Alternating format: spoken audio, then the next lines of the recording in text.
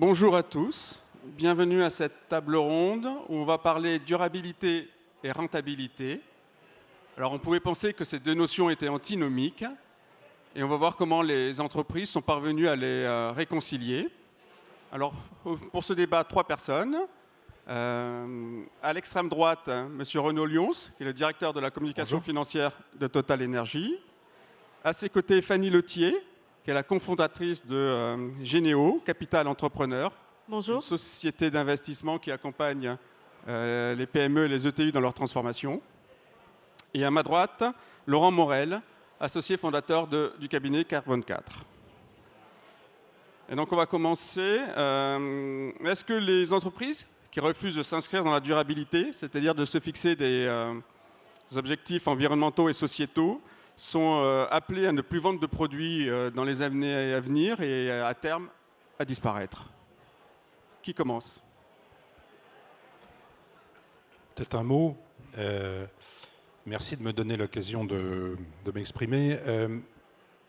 D'abord, je crois qu'il faut comprendre que la transition environnementale, c'est la nouvelle préférence collective.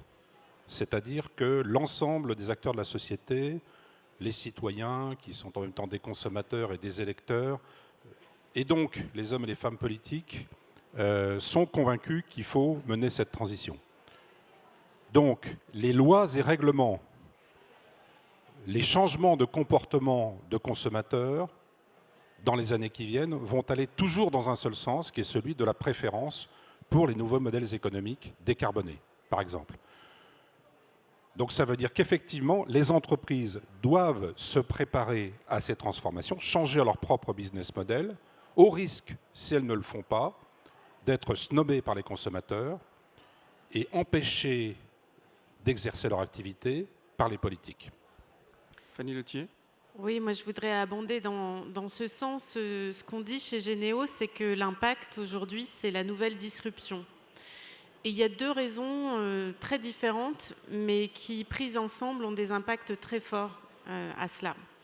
La première raison, c'est le changement de paradigme du côté de la réglementation, qui, depuis le Covid, s'est accéléré au niveau européen et a mis en place des normes dures. Ce ne sont pas des principes, ce sont des normes dures qui s'appellent taxonomie, qui s'appellent SFDR, qui reposent sur des classifications des indicateurs et qui font qu'aujourd'hui, c'est un risque pour une entreprise de ne pas considérer ces sujets-là et même si elle les considère, de ne pas savoir en parler. Parce qu'il ne s'agit pas de faire, il s'agit de montrer et de donner des preuves qu'on fait. Et si on ne le fait pas, c'est l'accès au financement bancaire, de private equity. C'est aussi l'accès aux grands appels d'offres des marchés publics, mais aussi des grands comptes que l'on peut perdre. Donc ça, c'est le volet très très défensif, pas très enthousiasmant, je l'avoue, mais qui est quand même une réalité de marché. Et en tant qu'investisseurs, nous avons dû intervenir en tant que pompiers plusieurs fois dans des entreprises qui faisaient les choses très bien, mais qui n'étaient pas structurées pour le prouver. Donc ça, c'est le premier point. Ça va assez vite, parce que quand on est déréférencé, c'est compliqué de remonter la pente. La deuxième chose, c'est en offensif, c'est de dire qui vont être les leaders de demain. Les leaders de demain, aujourd'hui, c'est ceux qui comprennent les attentes du consommateur. Et je reviens au point de mon voisin, qui est de dire aujourd'hui, on est tous en B2B, to C, et le C, c'est plus le simple consommateur, c'est le citoyen acteur. Et ce citoyen, il a décidé qu'à la fin des fins, il allait consommer différemment et que c'est lui qui avait le pouvoir. Et ce pouvoir-là, il est intéressant de façon offensive si on se dit, moi je peux en fait innover. Grâce à mon expertise, grâce à ma recherche, grâce à mes investissements, je peux innover et apporter ces solutions. Alors ce sera peut-être long, mais si je suis le premier à l'avoir fait, si je suis le premier à avoir mis sur le marché cette solution, alors je suis le vrai leader de mon marché. Même si je suis que numéro 10 aujourd'hui, je peux être numéro 1 demain si c'est moi qui impulse cette transformation. Et donc il y a un volet offensif et je pense que nous, en tant qu'acteurs du capital investissement auprès des entreprises à fort potentiel, on est là pour les amener dans ce changement qui consiste à dire l'innovation, elle n'est pas que technologique, elle n'est pas que marketing, elle est aussi sociétale. Comment on réussit cette transformation alors? Alors comment on réussit cette transformation? En faisant attention aux pièges. Alors le premier piège, c'est le piège des indicateurs. Donc si on dit qu'en fait, il y a 90 indicateurs à produire, donc il y a 90 sujets à traiter, quand on est une entreprise, on se noie complètement et à la fin des fins, on ne fait rien du tout. Donc nous conseillons à nos entreprises d'impliquer la direction financière dans ces enjeux de durabilité et de mettre en place le volet défensif qui est le volet de je suis capable de dire exactement quelle est mon empreinte carbone, je suis capable de dire exactement ce que je fais en matière sociale, je suis capable de dire exactement ce que je fais pour mon territoire, c'est mesuré et d'ailleurs ma direction financière l'a audité et peut-être même un tiers et voilà la photo. Mais ça, c'est pas de la stratégie. La stratégie, c'est de dire, en fait, demain, dans 10 ans, à quoi va ressembler mon client, à quoi va ressembler mon marché et comment moi, en fait, je bouge par rapport à ça. Et de replacer l'innovation au cœur de l'entreprise et surtout de ne pas faire des grands plans sur la comète en disant je vais résoudre le problème de la faim dans le monde, mais juste de faire des choses très proportionnées à son métier en vrai. Et donc, pas de grande communication, mais des gains rapides et des gains moyen terme que l'on apporte. Parce que, je vous donne un exemple, si je suis une entreprise qui fournit des toilettes mobiles sur les chantiers BTP, ben je peux valoriser les urines et en faire de l'engrais agricole. Et là, j'ai de l'impact. Et ben c'est concret, parce que personne ne le fait aujourd'hui. Et donc, je crois que c'est ça, c'est de se dire, avec les moyens que j'ai, avec les expertises que j'ai, aujourd'hui, comment je me transforme. C'est beaucoup de leadership, c'est une vraie politique d'innovation et c'est une culture de l'exécution. On dit ce qu'on fait, on fait ce qu'on dit. Je rajoutais juste un point à ce que dit Fanny Lettier qui me paraît très important. C'est la prise en compte du risque de transformation environnementale qu'on évoque à l'instant. Ce n'est pas quelque chose qui est à côté de la prise en compte des risques financiers. Ce n'est pas quelque chose qui est indépendant de l'analyse financière. C'est quelque chose aujourd'hui qui est au cœur de l'analyse financière des gérants, des investisseurs qui se préoccupent de ces transformations. Et donc, ce qu'on fait, nous, c'est qu'on fabrique des données pour les investisseurs, pour les aider à intégrer dans leur recherche financière classique des composantes essentielles de transformation de leur métier autour des enjeux environnementaux. Voilà. Donc, c'est pas, encore une fois, il ne faut pas opposer l'analyse financière classique, risque et opportunité, avec l'analyse de la transition. L'analyse de la transition est partie prenante de cette analyse financière. Et d'ailleurs, on voit que la fiche de poste des directeurs financiers a évolué parce qu'ils sont maintenant directeurs de la performance financière et extra-financière. Ça, c'est clair aujourd'hui. Et donc Renaud Lyons, chez Total Energy, on est en pleine transformation. Comment ça se passe? Merci déjà de m'inviter pour partager le concret d'une entreprise en transition. Je pense que c'est un moment important aujourd'hui.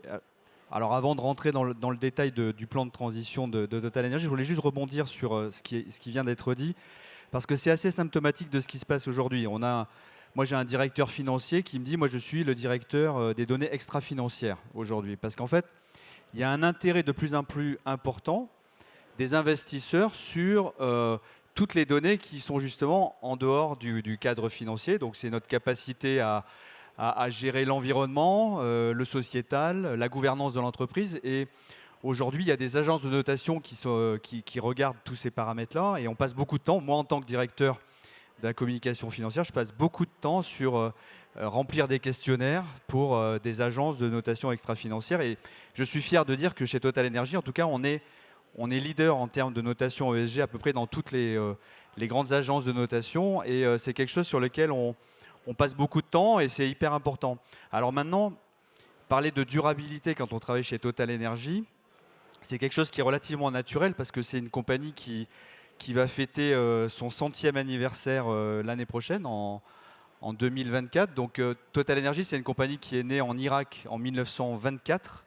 Donc qui s'est développée, évidemment, je ne vais pas vous faire toute l'histoire depuis 100 ans, mais qui s'est développée dans le pétrole principalement, le pétrole et le gaz, donc dans les hydrocarbures, et qui a subi tout un tas de crises, que je ne vais pas détailler non plus, mais qui ont fait qu'on a dû s'adapter en permanence à un contexte nouveau. Et pendant 100 ans, je prends l'exemple du choc pétrolier, il y a d'autres exemples, il a fallu en permanence adapter Total Energy et se projeter dans l'avenir pour donner de la visibilité à l'entreprise et voir où on voulait aller. Aujourd'hui, on a un challenge qui est plus grand que nous, je dirais, qui est la transition énergétique. Donc on a un rôle, on fait partie du problème, mais on ne va pas renier le fait qu'on fait partie du problème, mais on est aussi une partie de la solution. Et depuis 2020, on est engagé, alors c'est en fait pas depuis 2020, mais depuis 2015, l'accord de Paris. Patrick Pouyanné et le comité de direction de Total Energy a engagé une transition de la compagnie en compagnie multi-énergie. Alors ça veut dire quoi, une compagnie multi-énergie? Ça veut dire qu'au-delà de nos activités traditionnelles dans le pétrole et dans le gaz, on va développer de nouvelles énergies et des nouvelles énergies décarbonées. Et on va continuer quand même à faire des énergies carbonées parce qu'il y a de la demande pour les énergies carbonées, mais ça va nous permettre aussi de financer ces nouvelles énergies. Et donc on a une ambition, donc on a 2 piliers de développement chez Total Energy. On a un pilier traditionnel dans le pétrole et dans le gaz, mais le gaz plutôt du GNL, pour lequel on a décidé de produire de façon de plus en plus responsable. C'est-à-dire qu'on va baisser nos émissions. On ne peut être accepté en tant que producteur de pétrole que si on arrive à baisser nos émissions. Et donc on a un objectif sur nos opérations de baisser nos émissions d'ici 2030 de 40%. Et c'est pareil pour le méthane. Quand on est producteur de gaz, on est obligé de se fixer une cible. Et donc on s'est fixé une cible zéro méthane ou proche de zéro méthane en 2030. Si on veut produire du gaz, si on veut être accepté par la société, on est obligé de produire des hydrocarbures de façon responsable. On ne va pas se cacher. Les hydrocarbures, aujourd'hui, ça reste la source majeure de rentabilité et de cash pour Total Energy. Et ce cash, on le réinvestit dans un deuxième pilier qui est dans l'électricité décarbonée et dans les nouvelles molécules décarbonées. On investit 5 milliards de dollars par an. 5 milliards de dollars par an, c'est tout à fait colossal. On a l'objectif en 2030 d'être dans le top 5 des producteurs d'électricité décarbonée. Donc c'est pas... On n'est pas en train de faire du greenwashing, là, on est dans le concret, on investit massivement dans le modèle de demain, et cet objectif, il est important, mais je voudrais terminer juste sur un point qui me paraît, c'est les gens. C'est les gens qui travaillent chez Total Energy. C'est la population aussi, mais ces gens qui travaillent chez Total Energy, ils ont des attentes. Donc nos collaborateurs, eux, ils ont des dîners en ville, comme vous, comme moi, où ils sont challengés, mais pourquoi vous faites du pétrole, mais pourquoi. Aujourd'hui, avec cette politique de transition, on offre à nos collaborateurs un intérêt de se lever le matin et de se dire « je travaille pour la transition, je travaille pour le futur de mes enfants ». Et c'est aussi, enfin c'est valable pour les collaborateurs, mais c'est aussi valable pour les investisseurs. Aujourd'hui, on a des investisseurs avec notre politique équilibrée de transition qui, alors aux États-Unis, vous savez, c'est un peu une schizophrénie. Aux États-Unis, on a des gens qui disent vous faites trop dans le vert, et en Europe, on dit vous faites pas assez dans le vert. Donc on a une espèce de balance à trouver entre deux mondes. Et aujourd'hui, je dirais qu'on est de plus en plus capable de convaincre les Américains que ce qu'on fait, c'est bien, et que l'électricité, c'est le futur aussi dans leur pays. Et il y a aussi des investisseurs aux États-Unis qui sont contents de voir ça. Et en Europe, on a aussi cette volonté de convaincre nos actionnaires qu'on est sur la voie de la transition. J'ai été long, excusez-moi. La transition prend du temps. Comment on gère cette durée longue pour mettre en place de nouveaux modèles ? Moi, je pense que c'est bien de rappeler qu'effectivement, aujourd'hui, on a un problème majeur. C'est qu'après avoir mis plusieurs décennies à réaliser l'importance des sujets, on voudrait tout résoudre en un claquement de doigts. Or, si on ne veut pas tomber dans le greenwashing ou l'impact washing, je crois qu'il faut qu'assumer que la transformation des modèles d'affaires, ça prend du temps. Ça prend du temps alors que les analystes financiers mettent la pression sur le cours de bourse, alors que les professionnels de private equity montent des fonds qui ont pour raisonnement 5 ans, ce qui veut dire qu'au bout de 3 ans, ils pensent à sortir. Et donc, il est urgent, et j'en parlais aux 20 ans de l'autorité des marchés financiers, de redonner sa place à la finance de long terme. Donc pour notre part, on est assez disruptif sur notre métier, qui est le capital investissement, puisqu'on a décidé de ne pas faire un fonds à 5 ans, mais de faire une société d'investissement de long terme qui a 99 ans de durée de vie. Non pas pour dire qu'on fait des plans à 99 ans, mais pour dire qu'on fait des plans sur l'horizon adapté aux objectifs qu'on se fixe. Si on veut faire en sorte qu'une PME devienne un champion européen, il faut en moyenne 20-25 ans pour le faire. Et c'est la même chose sur la transition des modèles d'affaires. Je pense qu'effectivement, si on veut sortir en fait, des hydrocarbures pour aller vers les énergies vertes, eh ben, il faut se donner le temps de le faire dans la durée, avec constance, avec beaucoup de moyens humains, avec beaucoup de moyens financiers et sans dévier du cap. Et donc, il ne faut pas être sujet à la volatilité des marchés financiers ou d'un fonds d'investissement qui dirait « je suis désolé, mais ce n'est pas compatible avec mon objectif de performance court terme ». Donc nous, on raisonne en termes d'accroissement de valeur à long terme, de multiples et pas de TRI. Et ça, c'est très, très important. Donc dans nos plans d'impact positif, en fait, ce qu'on fait, c'est qu'on superpose en fait, des gains rapides, des choses qui sont capables d'être mis en action tout de suite et qui encouragent les équipes et qui montrent en fait, qu'il y a des choses qui bougent et que le mouvement est lancé. Ça, c'est très, très important psychologiquement pour toutes les parties prenantes. Et puis, on se fixe des objectifs ambitieux et les objectifs ambitieux, ils sont forcément à 3, 5, 10 ans parfois. Ben, c'est pas grave, mais du coup, il faut que les moyens financiers mis en face de ça, en fait, soient des ressources longues qui permettent de travailler dans la sérénité et dans la constance. Ensuite, il faut une gouvernance pour effectivement dire on n'a pas renvoyé le problème à dans 10 ans et chaque année, on bouge dans la bonne direction et on suit le cap. Et donc, encore une fois, il faut dire ce qu'on fait, puis il faut faire ce qu'on dit.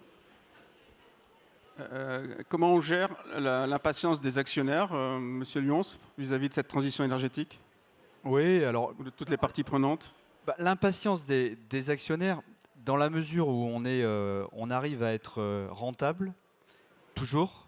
En fait, la base, c'est ça. Et peut-être certaines compagnies ont voulu aller trop vite. Je prends un exemple, Ørsted, qui est une compagnie qui était la compagnie danoise, une compagnie danoise pétrolière, qui a décidé d'investir massivement dans l'offshore wind, l'éolien offshore, assez rapidement. Et là, aujourd'hui, ils font face à des difficultés d'exécution, des difficultés financières, parce qu'en fait, ils ont voulu aller beaucoup trop vite dans leur développement et ils se retrouvent aujourd'hui à faire beaucoup plus de volume que de valeur.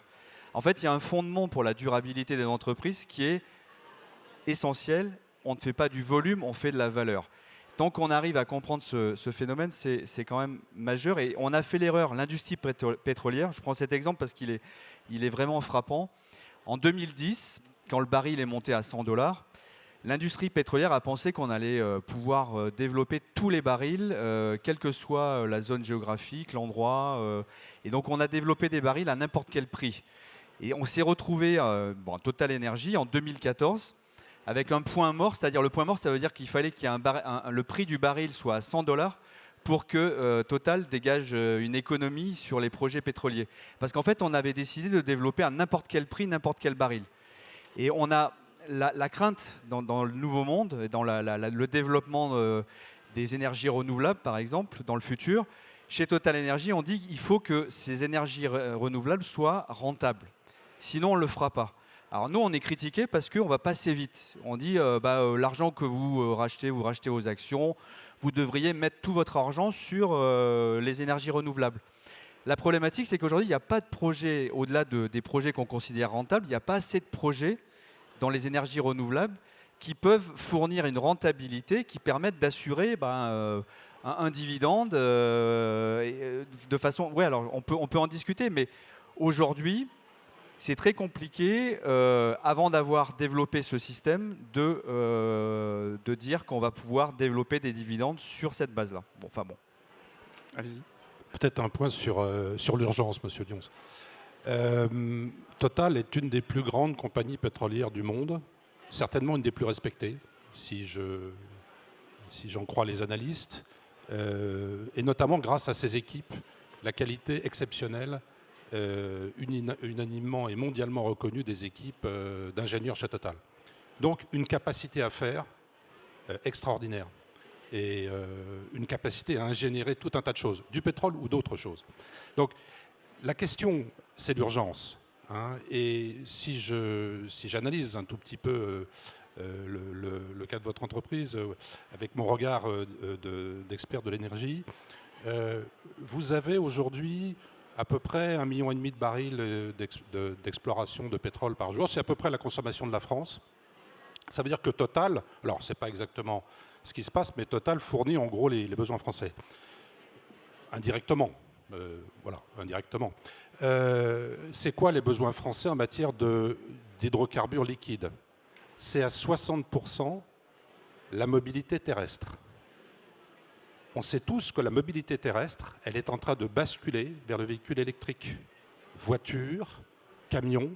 Voilà. Donc le besoin de la nation en matière d'hydrocarbures liquides, il va s'évanouir assez rapidement. En matière de gaz, 60% ou à peu près du gaz que nous utilisons en France, il sert au chauffage des bâtiments. On sait et on va chauffer les bâtiments autrement, grâce aux pompes à chaleur notamment. Voilà. Donc, il y a quand même une affaire d'urgence, parce que les clients finaux du produit de l'entreprise, ils sont en train de basculer. Voilà, donc c'est vrai qu'on peut donner du temps au temps, à l'investissement, mais le marché est en train de bouger extrêmement rapidement. Je ne parle pas de réglementation, je ne parle pas d'ONG, je ne parle pas de débat lunaire, je parle de consommation sur le territoire national, hein, qui est en train de shifter de façon très radicale et assez rapide. Ouais. Allez-y, Fanny. Je pense que ce qui est compliqué, c'est que ce sentiment d'urgence qui est à l'intérieur de chacun peut avoir des vertus et aussi des risques. La vertu, c'est que à peu près tout le monde est en mouvement et à peu près tout le monde, en fait, a réalisé qu'il y avait un risque à ne pas bouger. Le problème que je vois, moi, c'est que en fait, tout le monde se sent obligé de faire des annonces et de dire un truc là maintenant, parce que si on dit rien, ça pose problème. Et moi, je dis attention à l'adéquation entre les propos qu'on tient et les actions. Et dire en fait qu'on a pris conscience du sujet et qu'on va agir, c'est une chose, mais mettre en place les mesures, c'est une autre chose. Et donc, suivant que la technologie soit mûre ou pas mûre, suivant qu'on soit une PME ou un grand groupe, suivant que le marché a déjà bougé ou le marché est long à bouger, parce qu'il faut écouter les directions des achats des grands groupes, expliquer qu'en fait, pour leur système de transport, pour l'instant, c'est le prix le plus bas, c'est pas le transport vert. Hein, donc ils n'achètent pas le transport vert, ils achètent le transport le moins cher. Et donc en fait, je crois que c'est très important d'avoir une analyse cas par cas. Et que ce qui est sûr aujourd'hui, c'est qu'il faut faire le travail d'adéquation entre le discours qui est prononcé et les moyens qui sont mis en œuvre. Moi, je vois beaucoup de discours assez triomphants qui sont pour moi de l'impact washing ou du greenwashing parce qu'il n'y a pas de moyens mis en place. Et je vois dans mes PME, dans mes ETI, un travail considérable qui est fait au quotidien parce que eux, c'est leur boîte, et puis c'est leurs enfants, et puis c'est leur territoire, mais qui par contre, en fait, sont une somme de petites choses, mais qui effectivement font bouger les lignes sur les marchés. Et donc, ces petits gains rapides-là sont très importants dans un cap de long terme qui ne doit pas leur sembler décourageant. Et donc, je pense que projet par projet, il faut être capable de faire la part des choses. Merci. Je souhaiterais répondre à M. Morel, en fait, en 2 points. Je pense qu'il y a le sujet de la mobilité, il est majeur. La mobilité, que ce soit les voitures, les camions légers ou même, je dirais, le transport lourd, c'est quelque chose qui est majeur. Aujourd'hui, on essaye d'agir. Hein, on essaye d'agir. Évidemment, on investit dans les batteries. Alors, on est ACC. Il y a ce groupement avec ACC pour essayer, avec Daimler, Stellantis, pour essayer de produire jusqu'à 2 millions de batteries. Alors, c'est en 2030, mais il faut accélérer. Non, mais on est dessus. Hein. On investit. On a cette capacité d'investir et on y va. Il faut changer effectivement les habitudes, il faut casser cette demande en pétrole et essayer de faire shifter le consommateur vers de la consommation électrique. On investit dans l'électricité, c'est ce que je disais, c'est quelque chose de majeur. De là à dire qu'on n'aura plus besoin de pétrole en 2050, il y aura encore une consommation de pétrole en 2050, même si elle sera plus marginale. On prévoit ce scénario-là. Et chez Total Energy, encore revenir à l'idée de durabilité, il y a un point qui est assez fort, qui est tout récent, c'est qu'on s'est débarrassé de nos actifs au Canada dans les sables bitumineux. On n'a pas fait ça parce que c'était pas économique, on arrive à gagner notre vie avec les sables bitumineux, mais on a considéré que pour le futur, les sables bitumineux n'étaient pas quelque chose dans lequel on voulait investir. Parce que le coût de production est extrêmement élevé et le point mort des sables bitumineux est extrêmement élevé.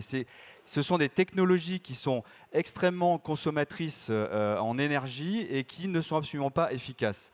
Donc on a décidé, parce qu'il y avait une question de coût et parce qu'on n'a pas envie d'avoir des actifs échoués, je ne sais pas si vous connaissez la notion d'actifs échoués, mais quand la demande de pétrole va commencer à décroître à un moment donné, ce que nous souhaitons tous, il va y avoir des actifs qui vont être les actifs qui auront des coûts de production qui seront les plus élevés, qui ne vont plus être économiques. C'est ce qu'on appelle les actifs échoués. Et nous pensons chez Total Energy qu'il y a une certaine catégorie d'actifs, comme les sables bitumineux, qui ne sont plus pour Total Energy. Donc on ne veut plus investir dans ces champs-là. Et c'est notre façon à nous de répondre sur la durabilité de l'entreprise en essayant d'avoir des actifs qui ont un coût de production très bas, de façon à pouvoir maintenir la rentabilité de la compagnie. Parce que c'est un peu le thème du panel. Justement, Laurent Morel, comment intégrer la future destruction de valeur dans les bilans si on vend plus certains produits, si on cesse certaines activités, comment ça se répercute ensuite? Renaud Lyon, ça le dit, il y a cette notion de stranded asset ou actif échoué qui commence à être connue des analystes, des investisseurs. Donc effectivement, il s'agit de repérer dans les bilans des entreprises les actifs qui sont susceptibles de subir ces dépréciations dans le temps, plus ou moins rapidement, parce que précisément, ils seront à la production de choses qui n'auront plus cours au moment où on regarde la valorisation. Alors, c'est vrai pour l'extraction pétrolière, mais c'est vrai pour beaucoup de choses. Il y a beaucoup de grands groupes industriels qui ont des chaînes de fabrication legacy, historiques, qui produisent un certain type de produit d'une certaine manière et qui se posent ces questions des actifs échoués. Donc, ce n'est pas uniquement propre à l'industrie pétrolière. Il y a encore une fois, il y a des chaînes de production, comme certaines chaînes de production d'acier, par exemple, qui sont encore basées sur le charbon métallurgique. Et des gens comme ArcelorMittal sont en train de travailler à la reconversion presque totale de leurs actifs de fabrication d'acier en Europe sur des procédés décarbonés. Voilà. Ce qui veut dire que, par contraste, les aciéries qui fonctionnent encore au coke, elles, verront leur valeur dépréciée dans les patrimoines de ces entreprises. Est-ce qu'on a déjà vu des entreprises commencer à déprécier certains actifs parce que jugés obsolètes dans le temps? Non, pas encore de façon systématique. Alors on le voit au travers des transactions.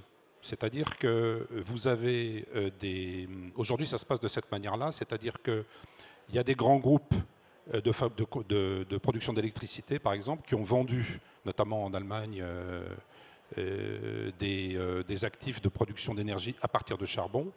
Et ces actifs ont été vendus à très bas coût, à très bas prix, à des entrepreneurs qui ont pris le risque, en les rachetant, de ne pas savoir pendant combien de temps ils pourraient les exploiter.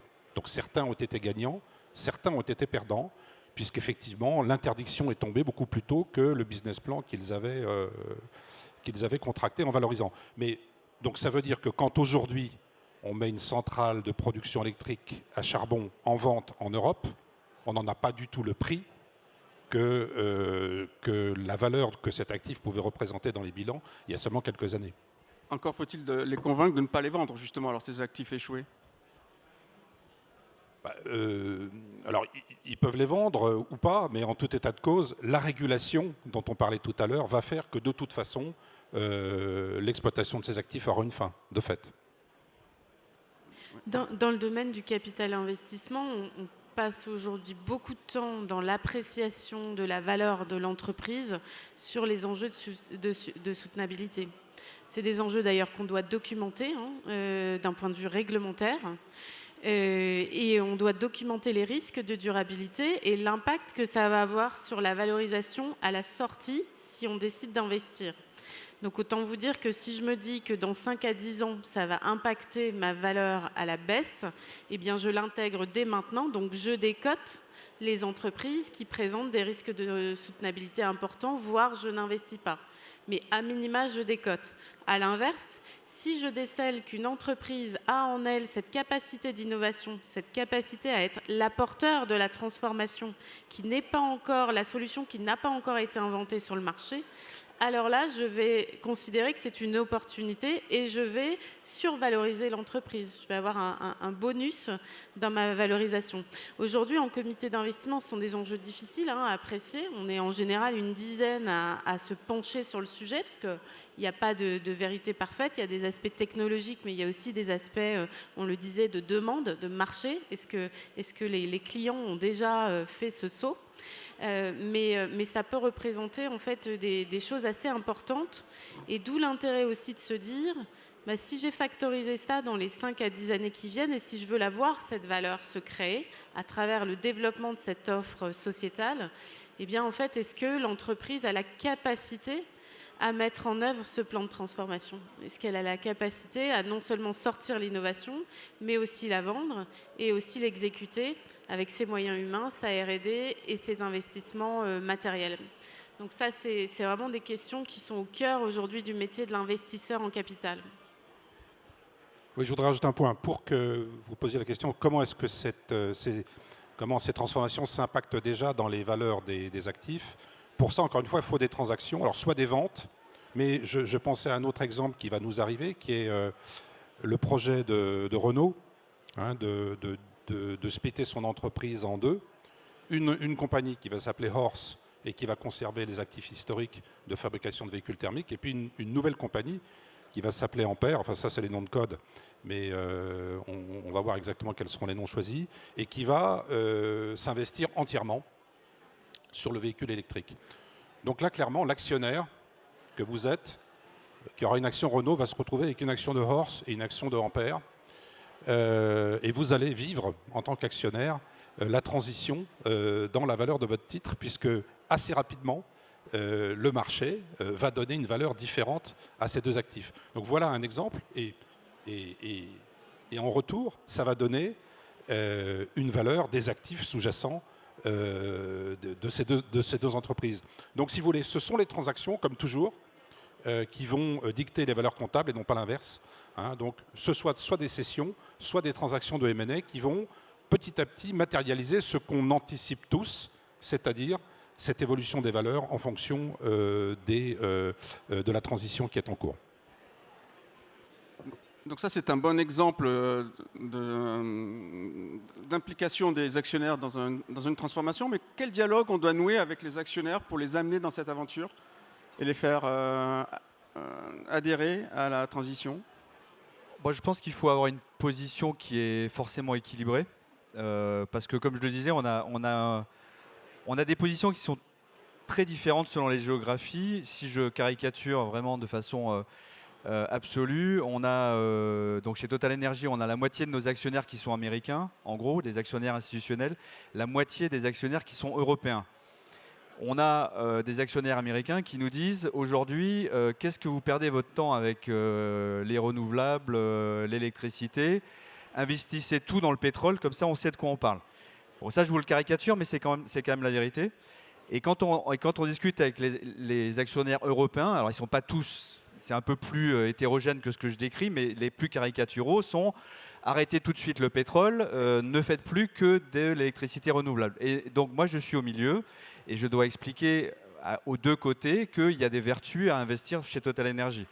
C'est-à-dire que le dialogue, en fait, il doit être constructif, mais il doit être avec des arguments. On doit venir avec des arguments. Aujourd'hui, Notre argument, je dirais, par rapport aux Américains, c'est de dire, mais regardez, on investit dans les nouvelles énergies, mais c'est rentable. Donc vous allez en tirer un bénéfice. Et on explique la même chose à nos actionnaires européens, donc on n'a pas besoin de changer notre discours. Et c'est une façon, finalement, la rentabilité des nouvelles activités. Et donc on a une cible de dégager une rentabilité de 12% sur les capitaux employés, donc qui est quand même quelque chose d'assez ambitieux pour des énergies renouvelables. D'habitude, on est plus dans les 5-6%. On est suivi parce que nos actionnaires considèrent que ça va être la façon, quand tout ça va être en rythme de croisière, la façon de servir aussi, une nouvelle façon de servir du dividende. Parce que l'actionnaire, ce qu'il veut, c'est il veut du retour à l'actionnaire. Donc la seule façon pour nous de servir du dividende, ça va être de dégager des revenus, de dégager des cash flows. Et le travail qu'on fait, l'investissement qu'on fait sur les nouvelles énergies aujourd'hui, c'est les futurs cash flows qu'on va distribuer à nos actionnaires en 2030-2040. Et c'est à ça qu'on pense aujourd'hui. La durabilité de l'entreprise, c'est comment on va pouvoir payer le dividende en 2040. Et c'est à ça qu'on travaille aujourd'hui. On investit massivement, on parle de choses concrètes. Un mot pour la fin, Fanny ? Peut-être juste dire qu'en tant qu'actionnaire, pour le coup, investisseur dans des PME et ETI, moi je dirais que le maître mot pour l'actionnaire, c'est la trajectoire. Quand on investit dans une entreprise, on signe un pacte d'actionnaire qui n'est pas que financier. Aujourd'hui, les aspects extra-financiers prennent une importance considérable. Chez Généo, nous, on a des trajectoires RSE et des trajectoires d'impact. Trajectoire RSE, c'est de se dire que s'il y a une empreinte carbone qui est à un instant T à ce niveau-là, on se met d'accord au moment de l'investissement pour dire où est-ce qu'elle sera à l'horizon de sortie qu'on a prévu ensemble, dans 5 ans, dans 10 ans. Et effectivement, chaque année, on va réexaminer au conseil d'administration si on est en lien avec la trajectoire. On le fait également sur les aspects humains, parce que là, on parle beaucoup d'environnement, mais la durabilité, ça suppose aussi de développer le capital humain et les hommes et les femmes qui composent l'entreprise. Donc, on a mis au point un indice d'impact humain, qui est un indice composite, composé de 18 indicateurs, dont on suit l'évolution dans le temps. Et chaque année, on sait si on est en lien ou pas avec la trajectoire. Ça, ce sont des éléments de crédibilité majeurs pour l'actionnaire. On peut dévier, bien sûr. Ce n'est pas une science exacte. Mais si on dévie, on explique pourquoi on a dévié et on essaye de recoller à la trajectoire. Exactement comme on collerait à une trajectoire de croissance, de performance, de rentabilité. C'est la même chose. Et ensuite, effectivement, quelques initiatives stratégiques avec des objectifs qui sont directement liés au business et qui sont de dire, en fait, oui, moi je suis par exemple, on a investi dans une entreprise qui fait de la transformation d'immobilier tertiaire, dont le métier au départ c'était l'aménagement des locaux pour en faire des locaux sympas, et puis ensuite c'est devenu le smart building et le cyber building. Aujourd'hui c'est l'ambition d'être le leader de la décarbonation de l'immobilier de bureau et de l'immobilier tertiaire, parce qu'elle en a les capacités technologiques et humaines, mais c'est en route et c'est à 5-10 ans. Donc la trajectoire, je crois que c'est ce qui peut crédibiliser le plus les propos d'une entreprise vis-à-vis de son actionnaire et de ses parties prenantes. Un mot de la fin ? Oui, 2 mots juste pour rebondir sur ce que c'est M. Lourdes pour conclure. Les Américains, qu'est-ce qu'ils pensent ? Les Américains, c'est la première puissance pétrolière mondiale, donc c'est un peu normal aussi qu'ils aient envie de poursuivre cette aventure qui a été consubstantielle de leur puissance.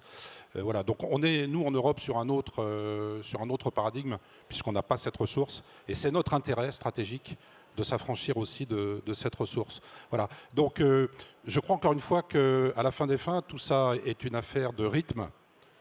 Et je crois que c'est là-dessus que les entreprises vont être attendues. Les directions sont connues, la transition, on sait où elle va, y compris pour ce qui concerne les produits énergétiques. Et je crois qu'il s'agisse de la préférence collective dont je parlais tout à l'heure, des citoyens, mais aussi des actionnaires.